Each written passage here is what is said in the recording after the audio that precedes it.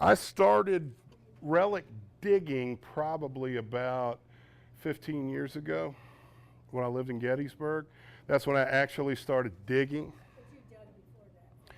I've been digging here and there, kind of messing around, but never got serious with it. Okay.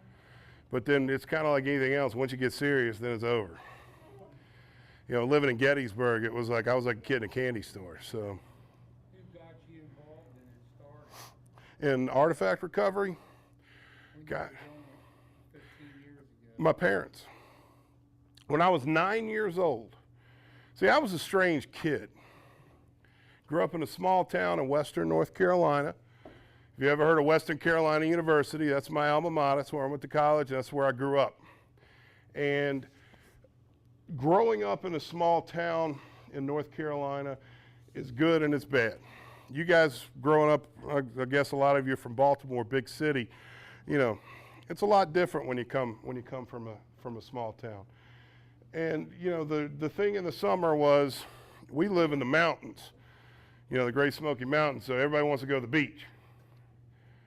I was the weird kid. I wanted to go to Gettysburg. I wanted to go to Richmond. I wanted to go to Cold Harbor. I wanted to go to Vicksburg.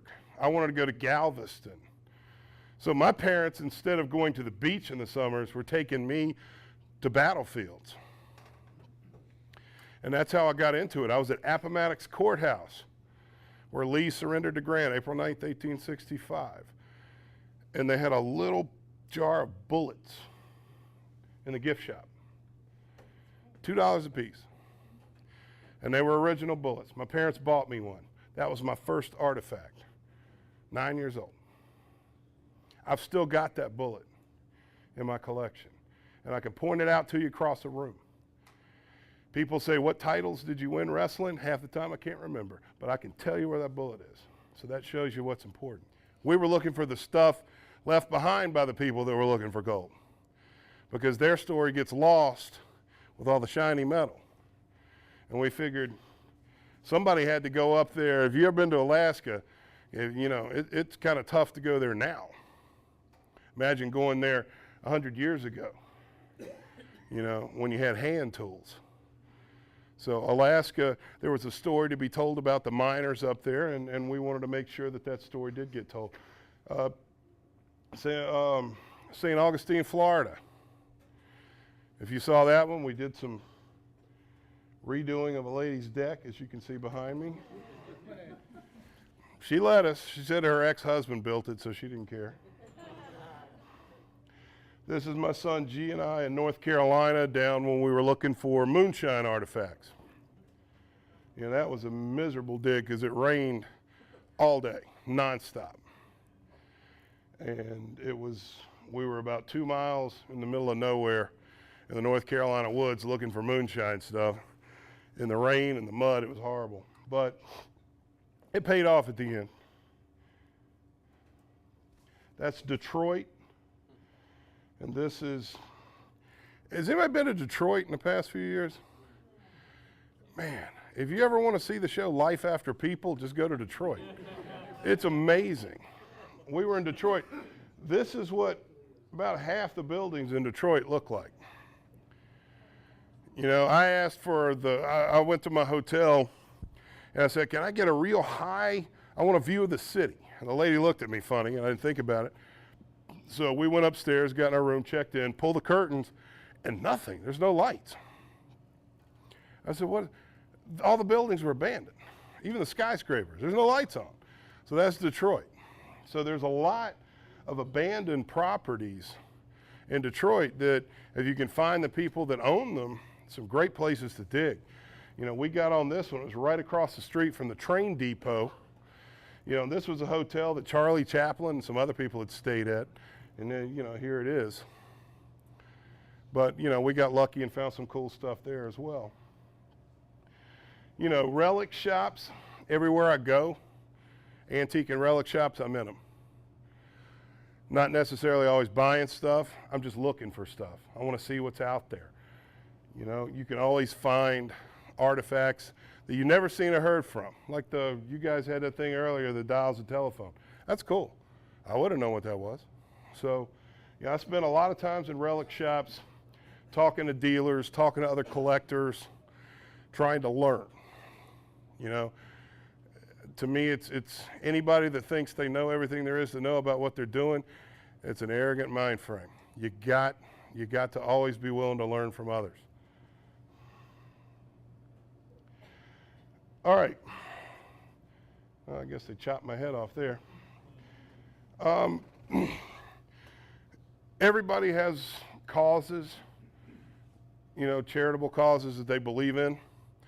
My wife and I have one that's really important, especially to her.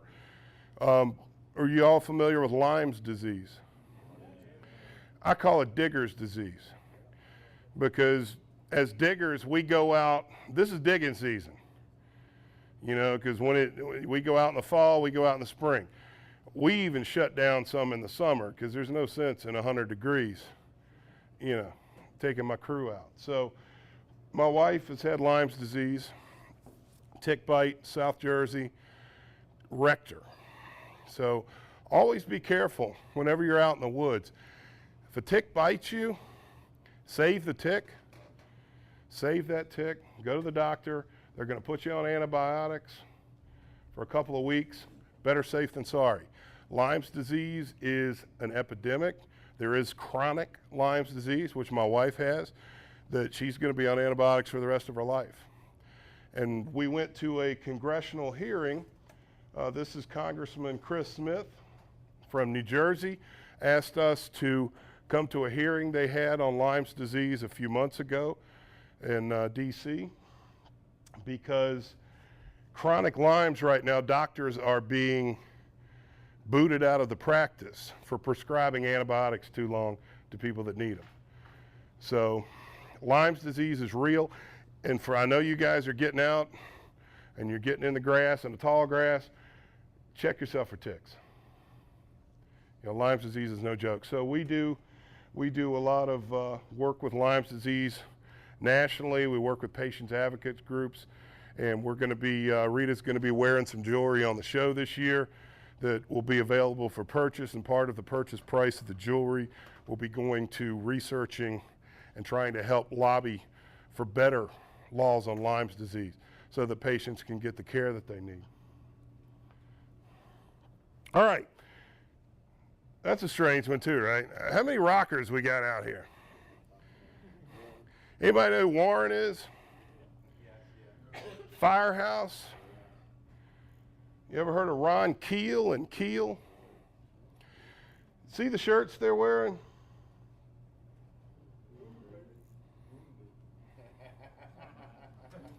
I'm a headbanger, guys. They used to call me heavy metal Ric Savage because I used to drive the old timers nuts because I listened to glam rock in the dressing room. So I've been fortunate enough to meet with a lot of these guys, and they're wearing the Boom Baby stuff. We do sell Boom Baby gear, and they're also helping us out with the Lyme's disease. So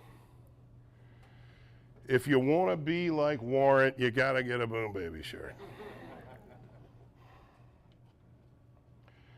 So American Digger, again, we're coming back in March. Hopefully you guys are going to like the new format of the show. Again, Bob and Rue are going to be gone. It's going to be my other son, Nick, and my wife and I on the dig team. We're going to be digging some really good stuff. We're going to have some special guests on the show this season. You guys are going to be really happy with some of the people we have on. I won't say any names, but if you saw Hatfields and McCoys, he was just nominated for an Emmy. So we have a website, americansavage.com, and it's American-Savage. You got to put the dash in. We have a email. You can email dig suggestions to us, and I think I forget a couple of thousand of them this year, which is great. And then it kind of is tough too, because then, you know, we got to sort through them all. And people think we're this huge company. I was like, no, it's what you see is what you get. We're a small business. It's me and my family. So, you know, when we do all the work, I don't have surrogates, you know, doing it for me. We're hands-on on everything. So if you're emailing us, 9 out of 10 times it's us emailing you back, or even on Facebook. Can you forward the I had some good ones, boy. I had some good ones, and there's not enough time in the year to do them all. You know, we had some great ones this year, great ones. So what do you see the biggest threat to archaeology? The biggest threat, development. You know, the biggest threat to, you know, what we all love to do is strip malls, is Walmarts.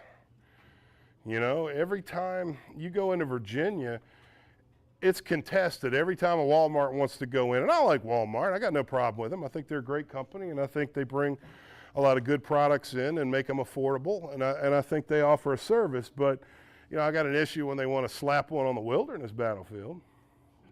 You know, hey, you know, respect history. So I think that's our biggest threat. You know, I'm sure you guys do the same thing that I do. I see somebody starting a construction project in an area I know that was historical. I'm in there. You know, we do it in Mechanicsville. People used to drive by and wave at us. We were digging where they're putting in a Ford dealership because I wanted to get in there, because you know how it goes. If you get in there right when they first go in and clear everything off, you're golden. But if you wait too long, the bulldozers will take too much of that topsoil off and they eat up a lot of the artifacts. So, you know, that's our biggest threat is development, and there's really nothing you can do to stop it. The movie, The Gangs of New York, it's a 5 points there. Originally was, I understand, it was a lake there, and it became very polluted, and so they used it as a dumpling. Have you ever given any thought about doing any digging in the 5 points area? No, I haven't. New York is a tough place to dig just because of logistically getting around. I mean, Brooklyn, we did that outhouse dig in Brooklyn. It was awful, just trying to maneuver around in Brooklyn. And then, you know, no offense to anybody here that might be from New York, but boy, I tell you, New Yorkers are tough to deal with. They can be fun. I didn't have to worry about, you know, where I stood with them, but, you know, they're not used to having people say, hey, do you mind if I take a concrete saw and hack up your parking lot to dig an outhouse site from 100 years ago? So, in every area you go in, you know, like St. Augustine had some really, really harsh rules about artifact recovery. And there were zones of the area that you could not go into or you were going to go to jail. And trust me, they knew ahead of time we were coming, and then they were waiting. They were hoping. Let's think about going to jail. Yeah, that's the other occupational hazard.